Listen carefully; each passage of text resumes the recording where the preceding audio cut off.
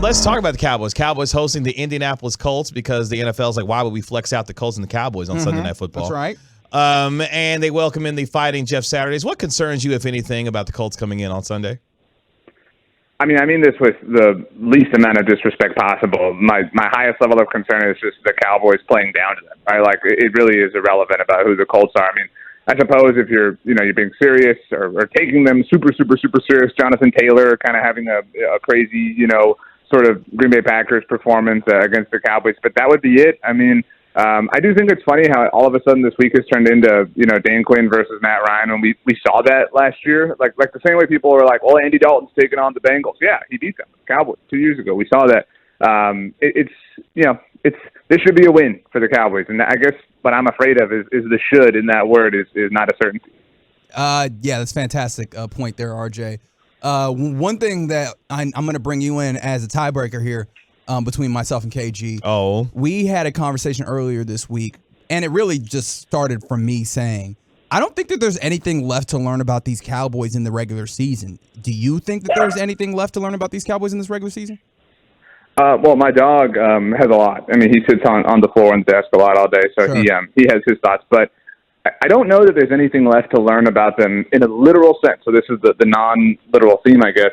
It's just, can they keep it up, right? Can you not be, can you not give us our deepest, darkest fears, right? Like we're the person who's been emotionally hurt, emotionally damaged, and afraid to love again, right? Like, no, I can't let you. I swore off of it last time. I can't trust you, but we somehow, some way managed to get to this point where we are trusting, we're giving our whole heart to this team. And so it's, can you do it? I mean, something we've been saying at Blog on the Boys, you could not ask, if you had to design a 6-game stretch to end the season and you had to play 2 division rivals in there, you could not design a friendlier path for the Cowboys. You just couldn't. You could not. And so, can you not fall apart? Can you be the team? Can you answer the call? Can you continue to wipe away teams because that's who you're supposed to be? And if you can't, then yeah, I mean, all the things, all the tropes, all the cliches, they're fair because you're kind of living up to them. RJ, when you look at this team and the Cowboys on the defensive side of the football, the last couple of games, the run defense has been much better. What have you seen that gives you confidence that they can continue to keep this up?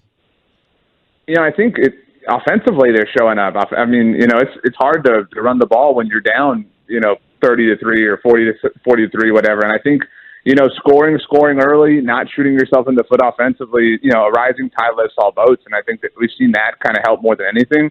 But other than that, I mean, everybody obviously is not fond of the idea of Micah Parsons playing anywhere but rushing the passer. And so that's been the case for the last 2 weeks. So if you can, it sounds like a simple formula, but that's because it kind of is. Put the best players and the best chances to succeed to help your team and just kind of sit back and watch. And, it sounds like we're all saying we can coach the Cowboys, but it's not a hard thing to say, let Micah Parsons do the most important thing on the field because he's the best player on the field. We're talking to RJ Ochoa, managing editor of Blogging the Boys. And RJ, my friend, Dak Prescott has been an aggressive quarterback. He's been a pretty good quarterback over these last few weeks. And I'm not asking you a question. What I need you to do in this moment is I just need you to cut a promo right quick. Dak Prescott, go. I don't know how anybody is still doubting Dak Prescott in a serious way. I get that there are shows and radio appearances and things like that, but we're watching a quarterback who's playing at an incredibly high level, maybe the highest level we've ever seen from him, which is really saying something. People, all due respect to Cooper Rush, really thought that he was a better player, a better answer, a better fit for this team. Dak Prescott has returned and not just breathed life into the Cowboys. He has, like Ivan Ooze infiltrating the monster and turning it into a Megazord, just become the lifeblood for this team. And it's sort of something we expected all along, but it's something we kind of had gotten so far away from that it's both nostalgic and futuristic at the same time. And so it does kind of feel like all of our ducks have finally lined up in a row. Dak is at his elite level. CD has evolved. The run game is there. The offensive line is clicking, and Tyron is on the way. Odell might hang out. I mean, the defense is arguably the best in the NFL with the best player in the NFL on that side of the ball. And you use the word aggression. They have a head coach who is not afraid to let it all hang out. I mean, there's every reason to believe in all of those factors, but specifically because the one at the very top is Dak Prescott. Speaking of the head coach, we were just talking about a Bill Barnwell article in which Bill Barnwell labeled as the the particular weakness of the Cowboys that would possibly hold them back from being in the Super Bowl as decision making from your head coach. KG, am I correct in that, or am I using the wrong terminology there? No, you're good. Okay, cool. Would you agree? And what are your concerns about Mike McCarthy and his game management for these Cowboys in the playoffs? I think that people made a big mountain about the fourth down attempt early in the game last week. I loved it, and I recognize that, it is a bit of preference. It's not something that's 100% supported by data or whatever. But I will live on that end of the spectrum all day long, as opposed to the other end, which is where we were camped out for about a decade. And so I love that Mike McCarthy leans into the superpowers of his cast. I love that Mike McCarthy understands, that he's got the bigger stick. He can win this fight, and I love that he's kind of willing to go down swinging in that sense.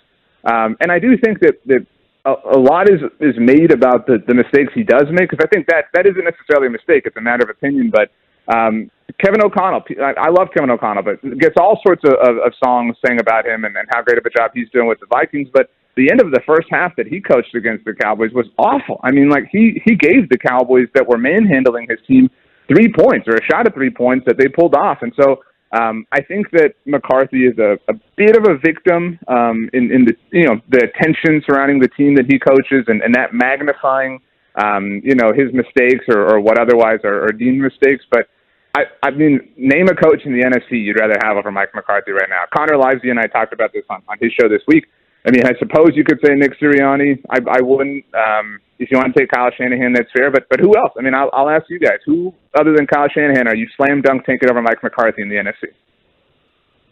Ooh, okay. Yeah. See, my brain be slow NFC? About these things. Yeah. You know what?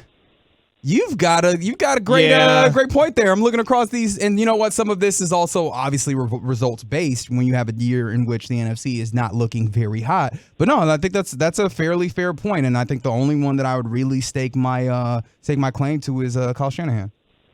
Yeah, I mean, you could make an argument for Sirianni, an argument for O'Connell. But, yeah, okay, cool. Well, it's only because he's in the NFC. Okay, cool. What's the path to the Super Bowl in the NFC, right?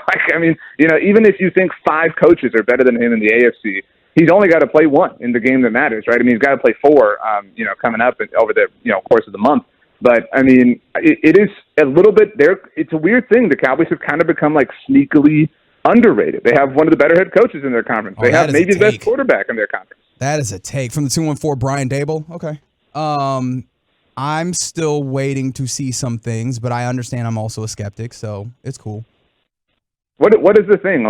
They got to beat the Eagles? Because, the teams they're playing, nobody's going to be like, well, they beat the Colts and the Texans. Now, I believe. If they, is it the Eagles? Is it the Jaguars in Jacksonville? Is it the Titans?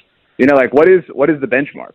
I don't mean that aggressively. I know that sounded aggressive. I just had dinner, so I'm a little worked up. I would say the Eagles would be the one, because I want to see this team. We talk about this all the time about which teams are actually good in this league.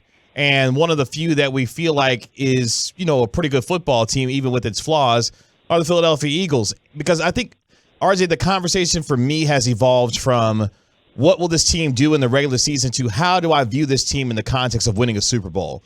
And really one of the last challenges that they have left is to play a team when they play them on Christmas Eve, and the Eagles about what they look like against a team that we feel like could also possibly make a Super Bowl run in that way.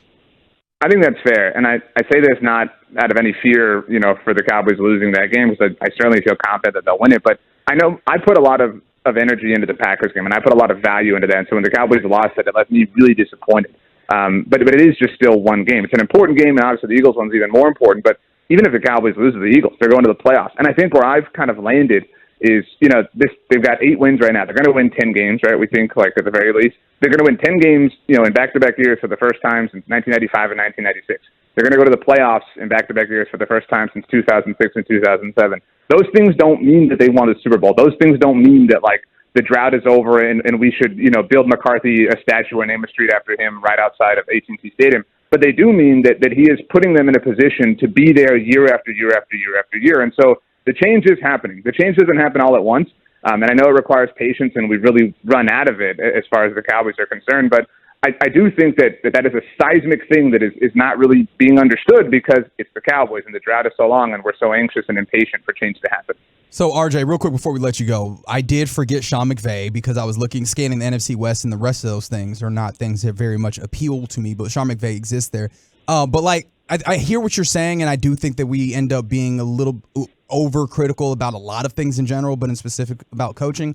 However, like, it feels weird because we have this somewhat arbitrary, but it is what it is, measuring stick, which is the playoffs, right? And so what do you say in that way to the idea of you needing to be in the playoffs? And I understand the idea of setting them up to be there time and time again, but this is a Cowboys team that we've seen be in those same types of places but not break that ceiling of going deep into the playoffs.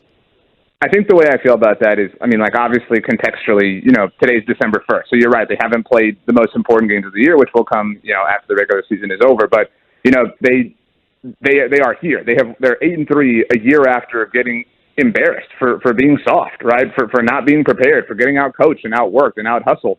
And generally speaking, over the course of all of our lives, I mean, in seasons following those sorts of embarrassments or disappointments, they have folded. I mean, last year felt most similar to 2007, I would say. And, that 2008 season, by the way, the last time the Jonas Brothers performed during the halftime show at Thanksgiving, which also netted the Cowboys their 8th win, they were kind of flat. And they were just kind of like, up and down and struggling and struggling and struggling. And so they have, in spite of a lot of adversity, which, we have detailed a lot, and obviously Dak's injury and everything, I mean, they have gotten here. They have survived the storm to this point. I mean, and so they are different in that sense, and that is encouraging. That isn't all of it. That isn't the whole answer. That isn't the truth that everybody wants. But to this point, they have cleared every check mark or every checkpoint that they could have possibly faced to this point. A big one was Minnesota. They got embarrassed. It was frustrating. And what did they do? They went out and just drop kicked a team with one loss. And we're sitting here like, well, they got to beat the Eagles to really prove it to us. That Vikings win was massive, but because it's the Vikings, it's Kirk Cousins, whatever, nobody wants to give him credit for it. And I would take McCarthy over Sean McVay no matter what. Just my 2 cents. Ooh. Okay. Why? Because he's considering retirement at like 33 years old? Okay. What was that? I said, is it because he's considering retirement at like 33 years old?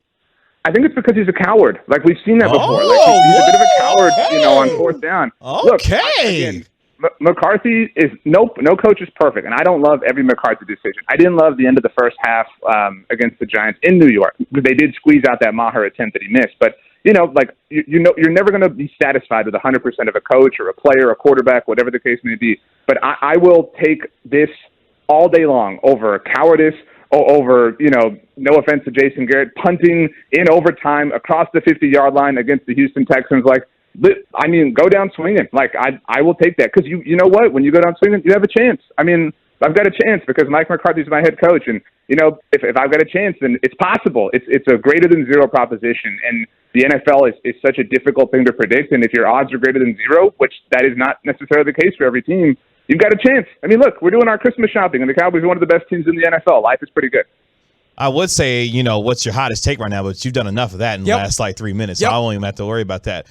You can find him on Twitter at RJ Ochoa, friend of 105 through the fan. He's the manager and editor-in-chief of SB Nation's Blogging the Boys, RJ Ochoa. Appreciate the time, man, as always. I hope you both eat something wonderful before the weekend is over. What a wonderful, Thank you so much. Thank you. That hit Thank me in you, my RJ. heart. I Thank love that. Love you all.